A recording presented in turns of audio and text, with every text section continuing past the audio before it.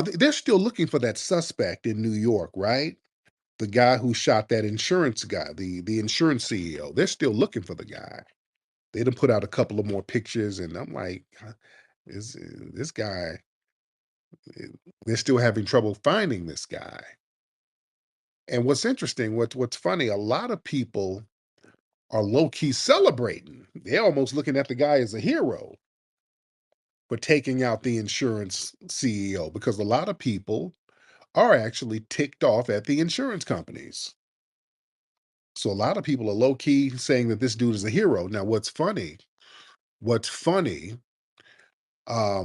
was another insurance company that made an announcement that they were not going to honor certain policies, but the heat has turned up with this shooting, and a lot of people are co-signing the shooter. So this insurance company flipped and said, "Hey, we're going to honor these claims," because what's happening is a lot of the American public, they're like, "Hey, man, these insurance companies have been ripping us the hell off," which they have. So a lot of people, man, are like, "Good riddance." Truth be told. So now some of these insurance CEOs and these insurance companies, they're kind of looking like, uh-oh, oh, the jig might be up. Let's be real. Insurance companies are like Vegas. They're like rip-off entities. They rip you off. Some of these insurance companies are horrible. They sit up here and take all your money month after month, and then when you need to file a claim to become in to get covered, they come up with excuses to not cover you. And they just make up some shit out of thin air. Yeah, they get your money and then screw you over. So yeah, man, a lot of folks are feeling a certain way. They're like, well, damn it, if he shot him, well, oh well. Some people are feeling like that. And some of these other insurance people, they're like, okay, this we don't want this to become the new norm. We don't want this to become the new norm. So it's very interesting how this thing is going to play out. Let's get Millie Crypto. Flex, what's going on with you? What's going on with the family? We good, man? How you doing? What city you in, Millie? Hey, I'm in Lansing right now, brother, but I'm from Chicago. There you go. What's on your mind tonight, man? Hey, man, I'm just sitting back and I'm listening. Now, I got a two-part thing. A couple days ago, you spoke on Move 9, but you briefly spoke on it. Yeah. And I remember, like, maybe like 5 years ago, I did a video on it, and YouTube actually shadow banned the Wow. video. And then, did you touch on like the land that is given back to the Indians in California? Which one is there? There was a couple of situations where certain land allotments were given to some of the here. There was I'm just noticing how like we owe our reparations, and they're able to give all this massive land back. yeah, Like I'm just sitting back like, damn, this is crazy. I work at GM, brother, and a lot of talk be going on amongst us in the tethers, and I'm just like, man, everything Flex be saying is low key right, man. yeah, Even though I just turned 30, I've been a fan for about 10 years. I be noticing everything you say, bro. Everything is right on point. yes, sir, sir. Yes, sir. Thank you for letting me speak. Thank you, brother. Yeah, man. Let's get the black. What's your name? The Black Rager. The Black Rager. Let's unmute that mic. Hey, what's going on, big bro? How you doing, man? What's going on with you? Pretty good, man. How about yourself tonight? I am good. What's going on? Man, yeah, man. Just to make it quick, man. Cause I speak a little bit of a drunk nigga, There you go. and yeah, I'm a little rusty. Yeah, But the dude that called in earlier, yeah, it sounded like he was kind of saying what the gentleman before me was asking, or just touching on was like, if FBA can prove their lineage to actual native people to this land to benefit from the federal dollars that's given to them, then maybe that can give us a leg up. And just wanted to get some clarity on your thoughts about that because you said something that was deep about how the $5 Indians got into that and infiltrated it. So I just wanted to see if you could probably talk a little bit about that, and I also asked if you could make my request, the next Hidden Colors, be more focused on that with the tribes and the black people and the black America. there you go. Thank you. Well, the thing is, look, a lot of us, we got some type of native ancestry. I was just talking to my dad when I was down in Texas, and like one of my great grandmother on my dad's side, she was a full, he says she was a full like Cherokee or something. She was one of those natives, but she was like a full Indian. And the great granddad, he was um a foundational black American. So we got, but I'm not a, I'm not a Cherokee. You know what I'm saying? I'm not a Cherokee. I'm a foundational black American.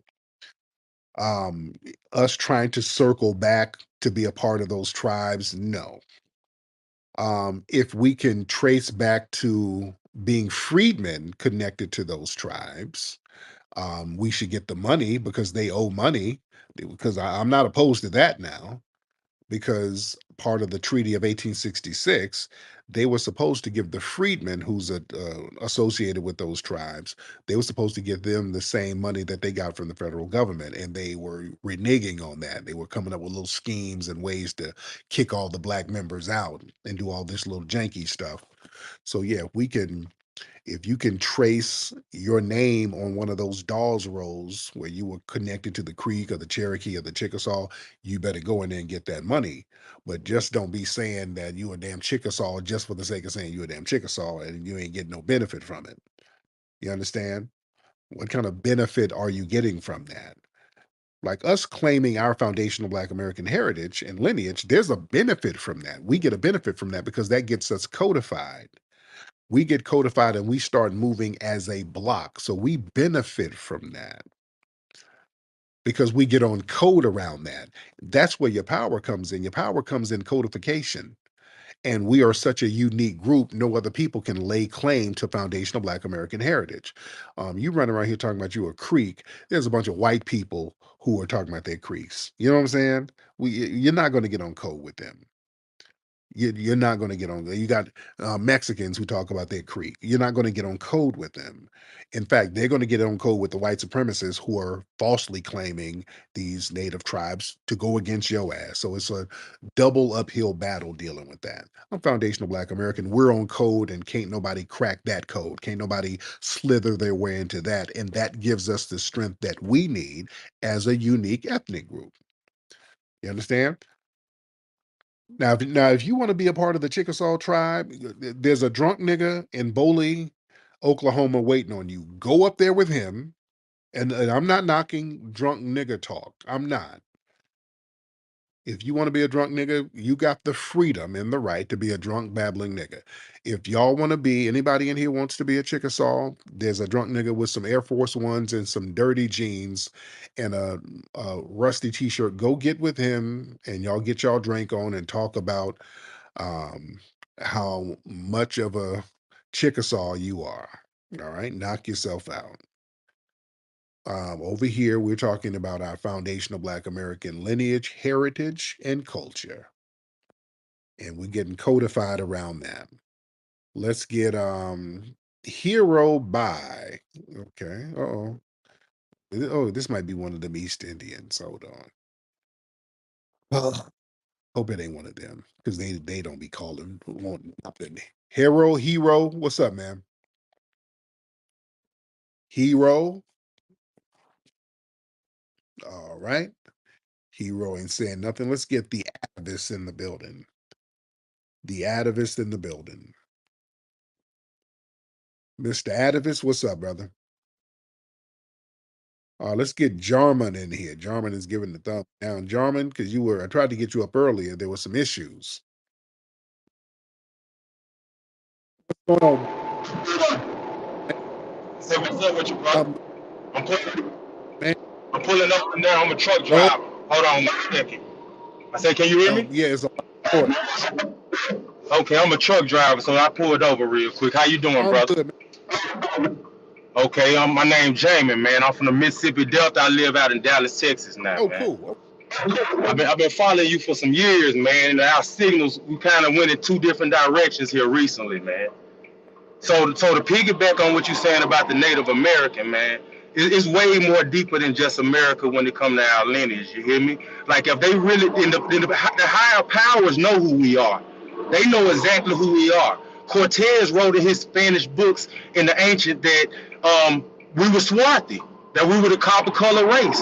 Benjamin Franklin wrote in his book concerning the increase of mankind in 1751 that it wasn't until they made it to the Americas that they found the stronghold of the black race. And they compared us to Australia, Africa, some European countries like Italy, France, countries that modern day we want to consider to be black. Benjamin Franklin stated all these countries as being swarthy at that time. So if they really uncover our lineage, man, they got to give us that oil in the Middle East. They got to give us Africa back. They got to give us land back throughout Europe, and they got to give us the Americans. Because Benjamin Franklin wrote in his book, from Arctic to Antarctic, from Canada all the way to Peru, if there lapse a longitude, latitude line of us, there are none, meaning that we were covered in these lands.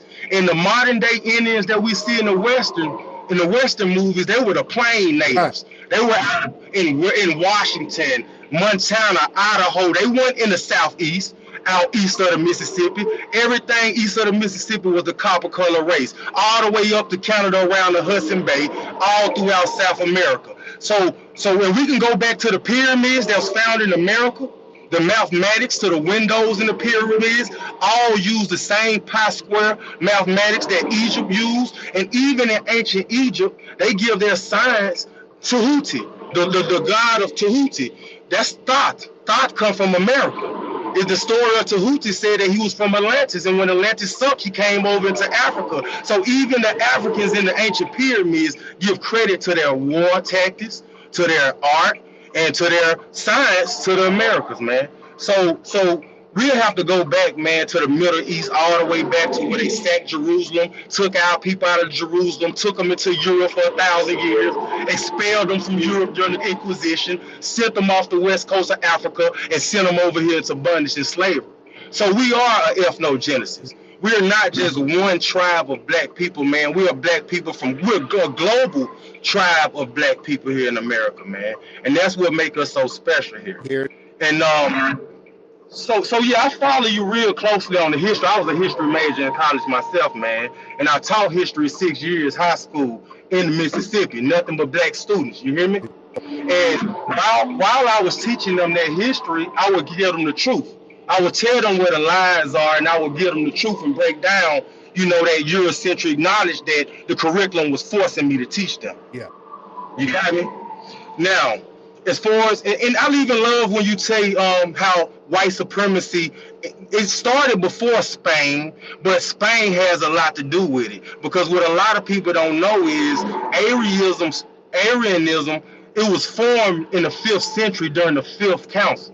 Christianity was formed in the 3rd council, but in the 5th council, they ordained Ricardo of Spain as the head of the Christian church. And Ricardo of Spain took a science that they was using on us in Europe called martyrology. In modern days, they call it gladiator, where they will put us in arenas, make us fight bears and lions, all type of diabolical acts. That was called martyrology. All of the practices that the KKK did on us, all the crucifixions and things that they would practice on us, all that was a part of martyrology. And what Ricardo of Spain did, he took that martyrology and he turned it into Arianism. And that's where Arianism was formed in the 5th century. You got Here me? it is. So I follow you real closely on your history, man. What I can't follow is why would you kind of promote supporting the white supremacists? I'm from the Delta. Like who? The people, Donald Trump. I didn't vote for. No, I understand that you didn't vote for Donald Trump, but the rhetoric that you told to the community was one, voting the couch, and we know we only 13% of the country. Being that we're a minority, if you don't vote, that's automatically a vote for the dominant But society. did you vote? Yeah, I voted for the sister. I stayed on cold. Just how Trump is a goddamn imbecile, a degenerate, and the scholar white people voted for him, and the remedial voted for him. The poor white people voted for him, and the rich white people voted for him. So why did black people find every reason not to like this sister? What sister? Kamala. Sister where? So check me out. I get what you're saying. She's not. Oh, whose sister? Dinesh D'Souza's sister? Whose sister is she? Let's slow this down. Whose sister is she? He ain't my sister. I ain't got no East Indian sisters. Whose sister is she? Come on, Jay. Let's get this. I was with you, Jay. Boy, you took a left turn and lost me. I was on the bus with you. I'm off the bus now, Jay. Turn that microphone on. What sister? Okay, let's talk about it, my brother. First and foremost, the copper color people, man, we globally aboriginal. So of course, we got our separations. Oh no, oh no, no, no, no. No, no, no. There's a lot of copper colored people. There's copper colored people in India who would slit my damn throat. No, I don't have a camaraderie with all copper colored people. Let's get that straight. We do not have a camaraderie with all copper colored people. There's copper colored people who think like white supremacists, and that would be Kamala Harris. Kamala Harris has a white supremacist mindset. Voting for her is voting for damn white supremacy. Let's be very clear. Barack, Barack, All right, my brother. Barack Obama was white supremacy. Oh, come on now. You ready to talk about it, my Oh, let's brother? go. Come on. You ready to talk about it? Let's All right, now let's talk about it. When I vote for Kamala, I don't see Kamala Harris or Barack Obama. You got me? What I see is Benny Thompson in Mississippi. I see Chuckway Lumumba. I see that brother out of Memphis, Tennessee. I see that brother out of Nashville. I see them sisters and brothers down in Harris County, Houston. I see the mayor of Dallas. I see the brothers and sisters in Washington, D.C. I see all the people that's on the front line that represent us and stay on code with us. Because that brother Chuckway Lumumba being gerrymandered to death in Jackson, Mississippi. Jackson, Mississippi, 88% voters. They brought white legislation in and they gerrymandered the out of Jackson. They took the airport from the city of Jackson and took it out to this all-white county, Rankin County, and that was the #1 money maker for the county. Benny Thompson is the elected official over the Mississippi Delta. They rezoned off Mississippi and they put a section of Madison County, which is the richest county in Mississippi. They put a section of Madison County in with the brother, we a lot of you're very passionate about a lot of these local things that most people here are not going to be familiar with. So it's going over everybody's heads. So we got to slow that down. You know what? Thank you for the call, brother. Thank you, because yeah, I don't because this is going to go on and on and on. And let me get some other folks to chime in because yeah. Because when it comes time to defend Kamala, then I just don't want to go into a whole diatribe about some local thing, and I don't even know how that ties in. I don't want to waste time. I like to get to the point. Kamala Harris and Biden is white supremacy. They're worse than Trump because they're white supremacy with a black face. So now they can practice it, and you can't point the finger at white supremacy because they got a damn mascot sitting up there. That's worse because that's more insidious. We got that under Obama. I ain't playing that game. I was somebody who supported Obama twice. Obama sat up here and spat in the face of black society, and the narrative was, well, it ain't racism. We got a black president. When we complained, hey man, there's a lot of white supremacy going on. There's a lot of white supremacist murders that's happening to us. We're being targeted. How are you being targeted? You got a black president, buddy. Come on. So putting a melanated face in a high place under the illusion of power, that stifled a lot of the energy that we needed to go after white supremacy. They had a buffer, and they used that as their excuse of this ain't racist. How can it be racist? And there's a black guy right there. So that was a little Jedi mind trick they played on us. We ain't going for that again. They tried to do it with Kamala, and we ain't going for it. We're not going to have white supremacy with a damn melanated face. That is Kamala Harris.